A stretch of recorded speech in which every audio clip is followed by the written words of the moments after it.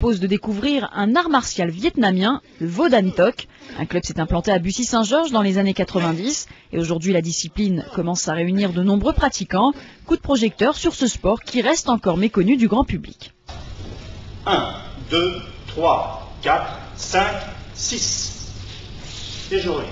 Art guerrier propre au pays, c'est la traduction de Vo Dan Toc. Cet art martial est un ensemble de techniques mises au point par le peuple vietnamien pour se défendre.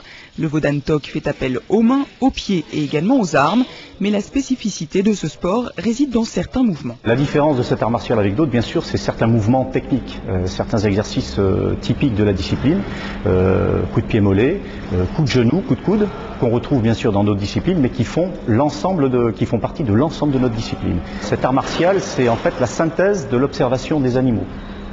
On observe l'animal, puis on essaie de traduire et de retranscrire au niveau du corps humain ce qu'on a vu et ce qui permet effectivement de rendre la discipline efficace.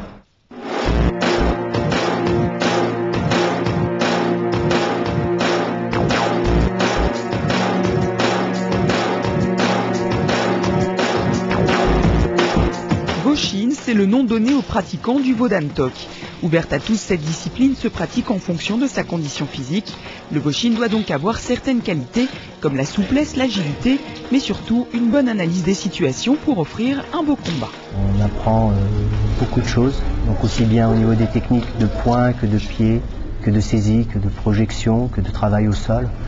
Donc c'est un art martial qui reste complet, puisqu'il y a les armes aussi. Pour moi, c'est un petit peu un mélange de kung-fu, d'aïkido et de jujitsu. Voilà, donc très complet. Le côté très traditionnel avec très esthétique, avec un habit que je trouve très beau d'ailleurs. Tout ça, ça me plaît.